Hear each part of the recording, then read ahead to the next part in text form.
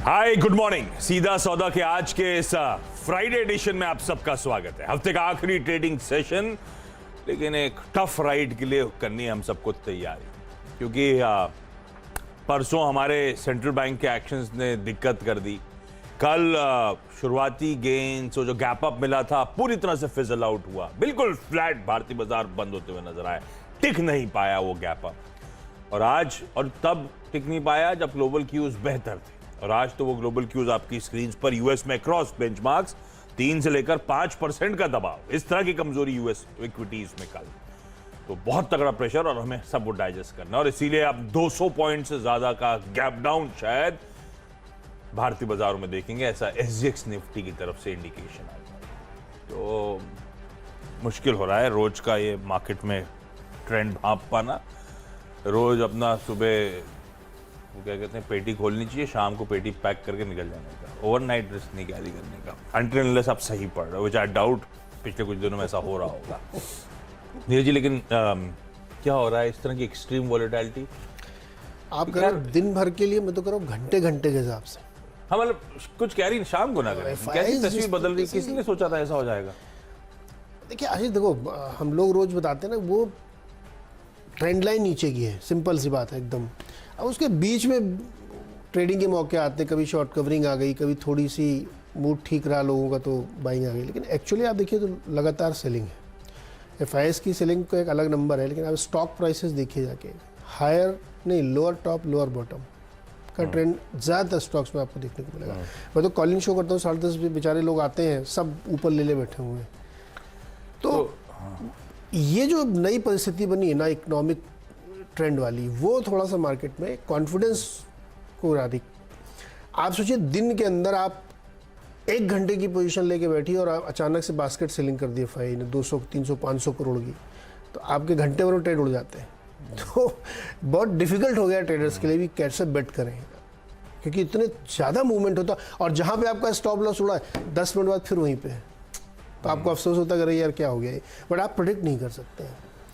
तो वैसे मुझे लगता है कि जो भी लोग हैं वो ध्यान से देखें, लेकिन मूड बहुत अच्छा है नहीं एक्चुअली। बस यूरोप में देखिए आप, अमेरिका में देखिए आप, चाइना में देखिए आप, चाइना की ग्रोथ को, इटली की ग्रोथ को, पहले इटली की ग्रोथ को 1 महीने में 2 बार डाउनग्रेड किया वहाँ की गोल्डमैन सैक्स ने। चाइना में लगातार प्रॉब्लम बनी हुई है लॉकडाउन की वजह से, वहाँ पे ग्रोथ, तो ग्रोथ नहीं, तो बिग पिक्चर में कॉन्फिडेंस नहीं आ रहा लोगों को। ग्रोथ नहीं, और ग्रोथ नजारत होते होते इन्फ्लेशन बढ़ रहा है, कोई कुछ कर ही नहीं रहा, डिमांड के बिना इन्फ्लेशन बढ़ रहा है। यूरोप में जो भी हर्षा जिक्र कर रही थी, वो वहाँ पे तो स्टैगफ्लेशन की कहानी एकदम स्टैब्लिश होती हुई दिख रही है। ये सब दिक्कतें हैं, मुश्किल तो है, थोड़ा सा मुश्किल है, लेकिन आपको क्या है अपॉर्चुनिटी की तरह देखना है। इन्वेस्टर्स मार्केट है। हाँ, तो एक तो हम लोग सब SIPs करते थे, बिल्कुल कंटिन्यू रखिएगा, कोई छेड़छाड़ नहीं, बल्कि कई लोग कहते हैं कि ऐसे जब बाजार पिटते हैं ना, तो फ्रंट लोडिंग कर देने का, SIP का क्वांटम बढ़ा देने का, ये बेहतरीन मौके हैं लोअर लेवल्स पे किसी भरोसेमंद फंड मैनेजर के थ्रू हम बाजार में अच्छे क्वालिटी के स्टॉक्स एक्यूमुलेट करते चलेंगे। तो अपने SIPs का क्वांटम बढ़ाइए, SIPs को अब कंटिन्यू रखना। SIPs का असली फायदा तो इस तरह के डाउन ट्रेंड में मिलता है, या फिर अगर आप खुद ही अपने स्टॉक मार्केट में अप्रोच रखते हैं तो बढ़िया स्टॉक आइडेंटिफाई करना शुरू करिए जो आपको पसंद आते। जब निफ्टी तेजी के मूड में था तो वो और पसंद आनी चाहिए, बट ऑब्वियसली क्योंकि आपने उसके फंडामेंटल्स पे बेट करा है, तो वो आइडेंटिफाई करना शुरू करिए।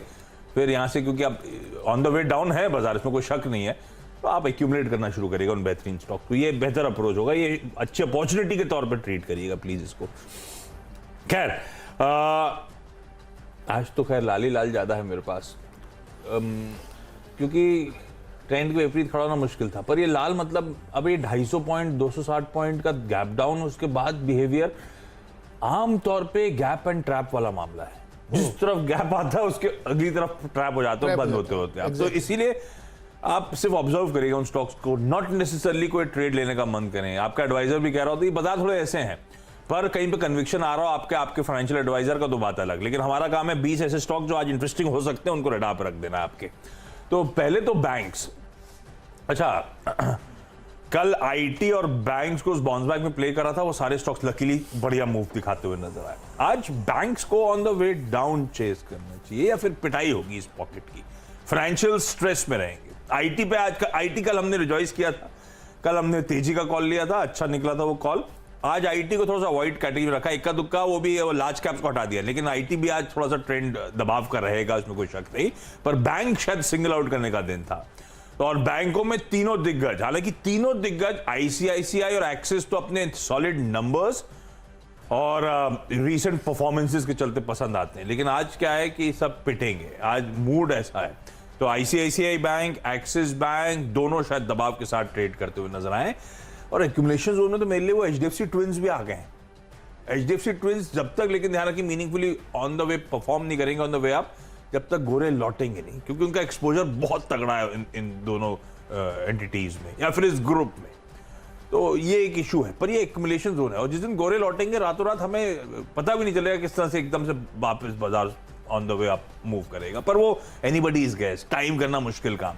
ये है तो एक्यूमुलेशन वाले, पर आज क्या है, हेडविंड स्ट्रांग है। और इनफैक्ट कल अगर यूएस मार्केट का, आई एम श्योर आप सब लोग इंटरनल्स देख रहे होगे, हमारे एडियाज चेक कर रहे होगे, तो कल ये सब बहुत मीनिंगफुल नॉक ले रहे थे। वो आज दिखा भी रहा है निफ्टी की बैंक्स का वो स्ट्रेन होगा जो आपको निफ्टी में दबाव बनाता हुआ दिखाएगा। तो ये सब आज शायद प्रेशर में हो, पर मैसिव गैप डाउन्स हो तो अवॉइड करिए, ज्यादा अच्छा है वॉच आउट करिए, क्योंकि 2-3% अगर नीचे खुलना शुरू हो गए स्टॉक्स तो कहानी खत्म है। उसके बाद मुझे नहीं दिखता कि दिन के दौरान और ज्यादा वीकनेस ग्रिप करती हुई नजर आएगी, क्योंकि जो आरबीआई का मूव था इवेंचुअली तो इन कंपनी, इन बैंक्स के लिए पॉजिटिव है। आरबीआई ने क्या करा था, दरें बढ़ाई थी, दरें बढ़ाई करने से इनके ईज ऑफ होते हैं प्रेशर्स भी।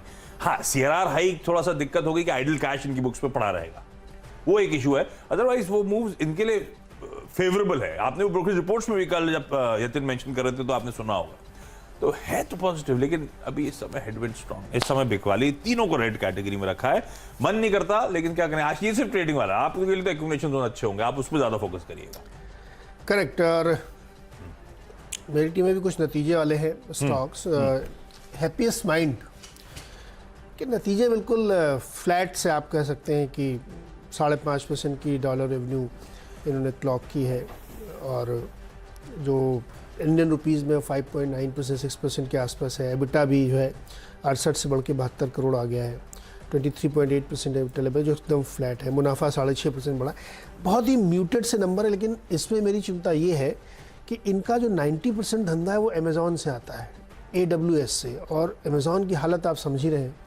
कंपनी खुद गाइडेंस दे रही है कि बहुत दिक्कत है, आगे तगड़े पिटाई उस स्टॉक की हो चुकी है, तो आगे कितना होगा मुझे नहीं पता, वो रिजल्ट्स बताएंगे आपको। लेकिन जो जहाँ से इनका 90% रेवेन्यू आ रहा है, अगर वहाँ उस पेरेंट कंपनी में दिक्कत हो रही तो मुझे लगता है कि, और वैसे भी आईटी की बड़ी पिटाई आजकल चल ही रही है, तो दबाव में रह सकता है स्टॉक, क्योंकि नंबर कोई आउट परफॉर्मर नहीं है यहाँ पे, तो ये मुश्किल है। आवास फाइनेंशियल्स के नंबर काफ़ी बेहतर दिख रहे हैं। हाउसिंग फाइनेंस कंपनी या रिटेल लोन में ये आवास फाइनेंसर एक बहुत ही बेहतरीन प्रदर्शन वाली कंपनी है।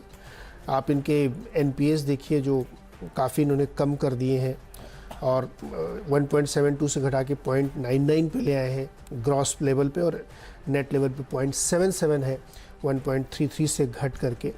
तो कंपनी ने यहाँ पे बहुत बढ़िया ऑपरेटिंग प्रॉफिट 135 करोड़ का आया, 33% की ग्रोथ यहाँ पे देखने को मिल रही है। मुनाफा 115 करोड़ आया है, 32% की ग्रोथ है। डिसबर्सल बहुत अच्छा है, तो ये नंबर बेहतरीन है। और स्टॉक की बहुत तगड़ी पिटाई, 2200 रुपये के आसपास ये चल रहा है, ये मेरे ख्याल में एक समय तक 2800 रुपये तक पहुँच गया है। तो तगड़े करेक्शन के बाद हो सकता है मार्केट को थोड़े से नंबर बेहतर दिखें, पसंद आए। तीसरा स्टॉक है मैरिको। मैरिको ने बहुत ही इनलाइन नंबर पेश किए हैं, 1% की ग्रोथ है, 0 से 2% की ग्रोथ की उम्मीद थी, उसमें 1% लाए तो लोगों को लग सकता है कि ठीक है। रेवेन्यू 2100 करोड़ का है, अनुमान से 10 करोड़ कम है। एबिटा 346 करोड़ बिल्कुल एक्सपेक्टेड लाइन पे है, और मार्जिन 16% पे इन्होंने मेंटेन रखी है। मेरा सवाल ये है कि जो इन्फ्लेशन की कंडीशन है, जिस तरह के सप्लाई कंस्ट्रेंट है, जिस तरह से फूड प्राइसेस ऊपर जा रहे हैं, वो आगे इन कंपनीज के लिए बहुत तगड़ा चैलेंज क्रिएट करेंगे। तो Q1 की जो ग्रोथ है ना, असली ग्रोथ वो होगी। Q4 तो निपट गया, Q1 में इनके लिए बहुत दिक्कत आने वाली। मुझे लगता है कि ये रेड में ट्रेड करना चाहिए। और तीन बताए ना, चलिए अब अगले 3 बताइए। आप बह जाएं जज्बातों में तो आप ज़्यादा बता सकते हैं, कोई दिक्कत वाली बात नहीं है। बल्कि आप 6 से ऊपर भी निकल जाए तो ऐसा कोई दिक्कत थोड़ा है, हार्ड एंड फास्ट रूल नहीं है। टाटा ग्रुप के दोनों स्टॉक्स, वो Motors, Tata Motors ordinary share और टाटा मोटर्स का DVR, वीकनेस होगी। अच्छा, यूएस में पेन आया क्योंकि फेड का एग्रेशन, वो एक फौरी राहत जो परसों मिली थी, उसका पूरा रिवर्सल कल देखने को मिला। वही हुआ, 900 साढ़े 900 पॉइंट के गेंस वही पूरे खत्म हुए। डाउ में एटलीस्ट 1000 पॉइंट की सेलिंग आई थी। वो सेलिंग के पीछे हो सकता है कि जिस तरह से इनके पीयर सेंट्रल बैंक्स कमेंट्री दे रहे हैं वो भी मूड बिगाड़ रहे हैं, क्योंकि बैंक ऑफ इंग्लैंड की पॉलिसी मीट, फिर से दरों में हाइक, तीसरा हाइक, इन्फ्लेशन काबू में नहीं आ रहा है, इन्फ्लेशन को काबू करते करते शायद रिसेशन में स्लिप हो जाएंगे, अगली जीडीपी रेट जो रीडिंग आएगी वो कमजोर आनी है, सब क्लियर कर दिया उन्होंने। अभी तो शुरुआत हुई है यूरोप में दिक्कतों की, अभी तो गैस के बाद ऑयल पे रोक लगनी है, बातचीत चल रही है, तय कर लिया है, तो अभी तो कहानी शुरू हुई है। तो दिक्कतें तो बहुत बढ़नी है, तो जिस पॉकेट में इश्यूज हैं यूके, वहां पे जिन कंपनीज का एक्सपोजर है उनके साथ भी चैलेंजेस आएंगे। खैर ये सब अभी सेंटिमेंट्स प्ले आउट होंगे। तो टाटा मोटर्स डीवीआर दोनों वीकनेस के साथ। अब जब यूके सेंट्रिक इश्यूज में हाईलाइट कर रहा हूं, यूके का सेंट्रल बैंक इश्यूज हाईलाइट कर रहा है, दिक्कतें हैं, इकोनॉमी स्लोडाउन में है और रिसेशन में स्लिप हो रही है, गवर्नमेंट स्पेंडिंग कर्टेल होगी, हाथ तंग होंगे सरकार के। और गवर्नमेंट स्पेंडिंग पे बहुत डिपेंड करती है एक कंपनी मैस्टेक, आईटी स्पेस से, जिसका यूके में बहुत तगड़ा एक्सपोजर है। मुझे लगता है आज आईटी में वीकनेस, लेकिन आईटी की वीकनेस को मैं सिर्फ एक मैस्टेक के थ्रू चेस करने की कोशिश कर रहा हूं। अब देखिएगा, स्क्रीन पे ऑब्जर्व करिएगा, मार्केट इज लॉजिक के थ्रू मैस्टेक में वीकनेस दिखाता है नहीं, लेकिन लगता है कि आईटी के साथ और इसमें एडेड प्रेशर के साथ शायद थोड़ा सा कामकाज हो। तो ये तीनों क्या, मेरे ख्याल से अब तक 6 लाल निशान वाले, 6 के 6 लाल। चलिए ग्रीन बता देता हूँ। चोला इन्वेस्टमेंट, इसके नंबर ठीक लग रहे हैं मुझे। हालांकि स्टॉक ने पिछले कई दिनों में अच्छे रनअप दिखाए हैं, लेकिन अच्छा इसमें क्या, ये मैं आपको बताता हूँ मुझे क्यों ठीक लग रहा है कि एनपीए लेवल काफ़ी कम किया, 2% के आसपास कम कर दिया, ग्रॉस लेवल पे भी और नेट लेवल पे भी। प्रॉफिट में काफ़ी बड़ी ग्रोथ आप देखेंगे, 650-700 करोड़ की, वो इसलिए क्योंकि प्रोविज़न को इन्होंने रिवर्स किया है, तो उसकी वजह से असर दिख रहा है। ऑपरेटिंग एक्सपेंसेस इनके थोड़े बढ़े हैं क्वार्टर ऑन क्वार्टर, तो वो रिजल्ट पे दिख रहे हैं, लेकिन ग्रोथ अच्छी है। नेट इनकम इनकी जो है क्वार्टर ऑन क्वार्टर 12.5% बढ़ी, साल दर साल, और 4% के आसपास क्वार्टरली बढ़ी है। तो नंबर मुझे इसलिए है कि इन्होंने अपनी एसेट क्वालिटी इंप्रूव की है, प्रॉफिट बढ़ा लिया है, बहुत ज़्यादा प्रोविजनिंग नहीं करनी पड़ रही है। और डाउन साउथ जो 2 व्हीलर की ग्रोथ है रेस्ट ऑफ इंडिया से बेटर है, और ये उसमें लीडर है, बहुत ज़्यादा लोन करते हैं 2 व्हीलर्स के। तो मुझे लगता है कि उसको ध्यान में रखते हुए ये ध्यान रखना चाहिए, क्योंकि टीवीएस के नतीजे अगर आप आगे देखें तो वो बहुत अच्छे हैं। इस खराब माहौल में भी टीवीएस ने रेजिलेंट नंबर पेश किए, और चोला जो है लीडर है लोनिंग का, तो मुझे लगता है इसको ध्यान में रखना चाहिए। ब्लू स्टार के नतीजे ठीक लग रहे हैं, गर्मी बहुत भयंकर है तो एसी बिक रहे होंगे खूब ज़्यादा। चौथी तिमाही में उन्होंने कुल प्रॉफिट 76 करोड़ का बनाया है, 68 करोड़ के सामने साल दर साल, और 70 करोड़ का अनुमान था, तो उससे बेटर आए हैं। क्वार्टरली 47 करोड़ से बढ़ के काफ़ी बड़ी ग्रोथ दिखाई इन्होंने। रेवेन्यू भी इनका करीब 2250 करोड़ के आसपास है। नंबर बेटर है, आगे बेटर रहने की उम्मीद, क्योंकि जिस तरह की गर्मी पड़ रही है मुझे लगता है सीजनली बहुत अच्छे नंबर आएंगे। और इनके मैनेजमेंट ने हम आपको कई बार केवाईसी में बताया कि इन्होंने प्राइस हाइक ऑलरेडी ले रखी थी, और इतनी इन्वेंट्री क्रिएट की थी कि जो कॉस्ट है वो उनकी बढ़ नहीं पाई। इन्होंने पहले से बना, एसी वैसे जनरली जो है नवंबर दिसंबर में बना के रख लेती कंपनियाँ। जैसे ऊनी कपड़े जो आप खरीदते हैं वो जून जुलाई में बन जाते हैं, इसलिए अगर बाद कॉस्ट एस्केलेशन होता है तो बहुत फ़र्क नहीं पड़ता। तो ये उनका कहना था मैनेजमेंट का, इसीलिए ब्लू स्टार के नंबर बेहतर दिख रहे हैं। और अंत में टाटा स्टील, देखिए यूरोप में स्थिति ख़राब हो रही है, वहाँ तरह तरह की रिसेशन की इस तरह की बातें हो रही हैं, तो मुझे लगता है कि जिन कंपनी का वहाँ एक्सपोजर है उनके लिए दिक्कत बढ़ेगी। और अदरवाइज भी अगर आप स्टील के प्राइसेस देखें ग्लोबली टूट रहे हैं, आयरन ओर के प्राइसेस ऑलरेडी गिर चुके हैं काफ़ी, तो मुझे लगता है कि ये टाटा स्टील के लिए, हालांकि वैल्यूएशन के लिहाज से बहुत चीप स्टॉक हो चुका है ये, फिर भी फौरी तौर पे ये दबाव यहाँ पे जरूर देखने को आपको मिलेगा। छोटा सा एक ब्रेक, और ब्रेक से लौट के फिर अगले 4 स्टॉक्स।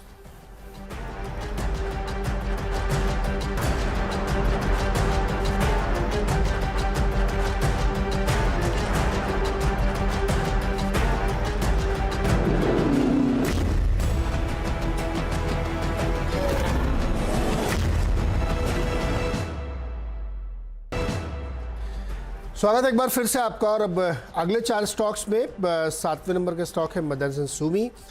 इसकी भी कहानी वही है कि जिनका बिजनेस यूरोप में है, यूरोपीय देशों में काफ़ी है, जैसे टाटा स्टील का है, टाटा मोटर्स, डीवीआर्स का है, तो उनके ऊपर जिस तरह की कमेंट्री आई है बैंक ऑफ इंग्लैंड की या ECB की आ रही है, उससे असर इनके ऊपर पड़ना तय है। मुझे लगता है कि उसका असर देखने को मिलेगा। 8वां स्टॉक है इंडस टावर।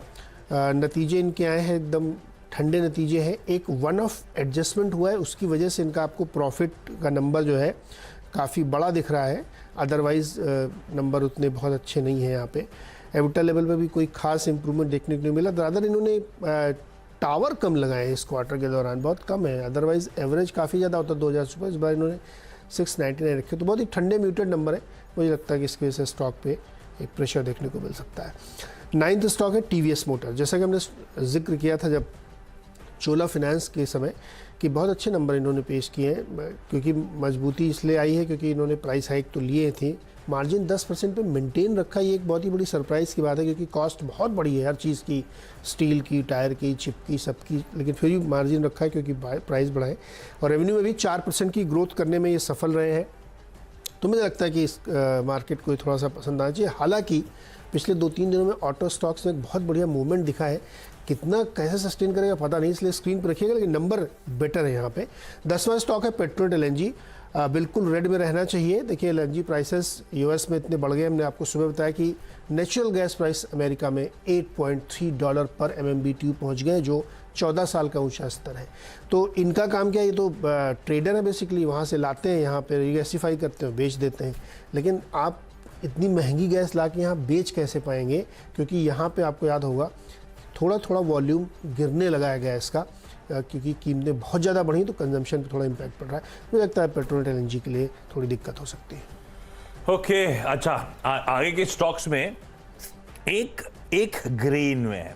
जैसे नंबर्स की बात हो रही थी, आपने छोला की बात करी थी, ऐसी एप्टस वैल्यू हाउसिंग फाइनेंस, अब बहुत अच्छा परफॉर्मेंस इसकी तरफ से। तो अब फाइनेंशियल्स के लिए आज दिक्कतें हैं, ऑब्जर्व करिएगा लोअर लेवल से, लेकिन ये स्टॉक शायद थोड़ा सा दमखम दिखा दे, क्योंकि आंकड़ों में एसेट क्वालिटी में एक मीनिंगफुल इंप्रूवमेंट, 1.5% से ज्यादा के ग्रॉस NPAs रिड्यूस होकर 1.1-1.2% पे आते हुए, NII साल दर साल 42%, Q-on-Q 10% का उछाल, ऑपरेटिंग प्रॉफिट्स में साल दर साल 53%, Q-on-Q 10% का इंप्रूवमेंट, रिटर्न रेशियोज बढ़िया, ये एक अच्छा परफॉर्मेंस है। तो इसको लॉजिक ये था कि ग्रीन में रखूं, अब मार्केट की हेडविंड्स कितनी स्ट्रांग है वो देखना पड़ेगा।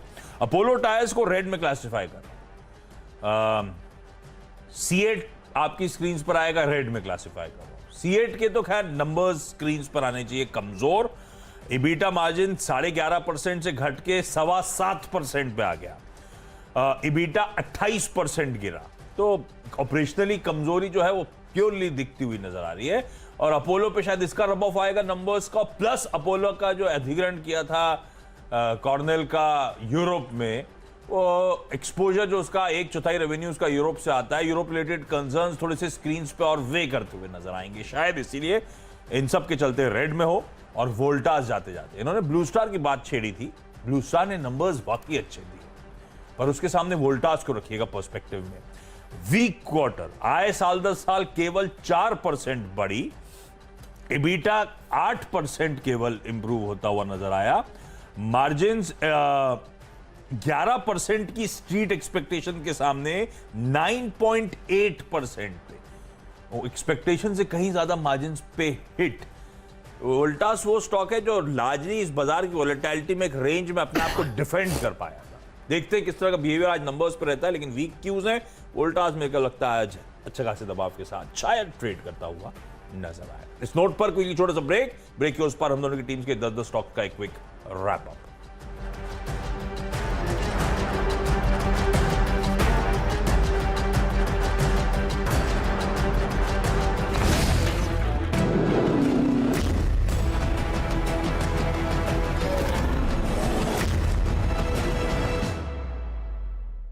ब्रेक के बाद आपका स्वागत है। आज की सीधा सौदा की जो 10 की टीम है वो आप लोग की स्क्रीन पर आएगी।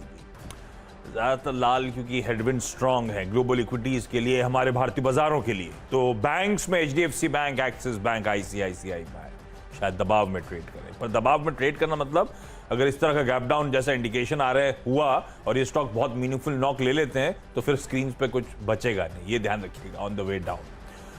टाटा मोटर्स का डीवीआर, वो क्यूज खराब, ऊपर से यूके यूरोप रिलेटेड कंसर्न्स भारी पड़ेंगे। ऐसे ही मैस्टेक, जिसका एक्सपोजर तगड़ा है यूरोप और खासतौर पे यूके गवर्नमेंट की स्पेंडिंग को लेकर, उसमें भी शायद दबाव, आईटी थोड़ा सा प्रेशर में आएगा और उसमें शायद मैस्टेक एडिशनल दबाव। एप्टेक वैल्यू हाउसिंग बहुत अच्छे परफॉर्मेंस है, quarter performance housing finance companies का, कुछ एनबीएफसीज का अच्छा आ रहा है। तो देखते हैं, आज के हेडविंड स्ट्रांग है लेकिन गैप डाउन के बाद लो लेवल से रिकवरी तो आनी चाहिए, नंबर्स तो इतना कहते हैं। तो देखिए स्टॉक को आज मॉनिटर करिएगा। अपोलो टायर्स, सीएट अपने वीक क्वार्टरली परफॉर्मेंस, मार्जिन्स में कंट्रैक्शन, और अपोलो टायर्स सीएट का रब ऑफ और साथ साथ इसका जो 1/4 रेवेन्यूज यूरोप से आता है उसके चलते। वोल्टास के परफॉर्मेंस वीक है, मार्जिन्स एक्सपेक्टेशन से कहीं ज्यादा कॉन्ट्रैक्ट होते हुए नजर आए, 11% प्लस के एक्सपेक्टेशन के सामने 9% पे मार्जिन्स आते हुए, तो ऑपरेशनली एक वीक परफॉर्मेंस के चलते वोल्टास को रखा है इन रेड। नजर डालिए टीम पे, और कई सारे स्टॉक्स हैं जहाँ पे नतीजे के हैं या कुछ और खबरें हैं। हैप्पीएस्ट माइंड के रिजल्ट्स इन लाइन है लेकिन आगे जाते हुए चैलेंजेस और बढ़ेंगे, क्योंकि जहाँ से कोर रेवेन्यू आता है वहाँ पे दिक्कतें हैं। आवास फाइनेंसर के नतीजे अच्छे हैं, चोला के नतीजे काफ़ी बेहतरीन है, ब्लू स्टार ने भी अच्छे नतीजे दिए, तो यहाँ कुछ अच्छे नंबर्स हैं जहाँ पे ग्रीन ट्रेड हो सकता है। मैरिको के नंबर इन लाइन है लेकिन आगे जाते हेडविंड्स बहुत ज़्यादा देखने को मिल रही है इन्फ्लेशन की वजह से, तो मुश्किल आ सकती है। टाटा स्टील और मदरसन सूमी इसलिए रेड हो सकते हैं क्योंकि यूरोप में अब दिक्कतें बढ़ रही हैं और बैंक ऑफ इंग्लैंड की कमेंट्री काफ़ी हार्श है। इंडस टावर के नतीजे एकदम ठंडे हैं और आगे ग्रोथ की संभावनाएं भी काफ़ी म्यूटेड सी दिख रही हैं यहाँ पे। टीवीएस मोटर ने नतीजे अच्छे पेश किए, बहुत विपरीत परिस्थितियों में भी अपने मार्जिन और रेवेन्यू को मेंटेन किया है। और पेट्रोल एलएनजी इसलिए क्योंकि गैस की कीमतें इंटरनेशनल मार्केट में बहुत बढ़ गई, यूएस एलएनजी कीमतें तो $9 तक करीब पहुँच चुकी हैं, तो उसकी वजह से इनके ऊपर काफ़ी प्रेशर आ गया इस समय देखने को मिल सकता है।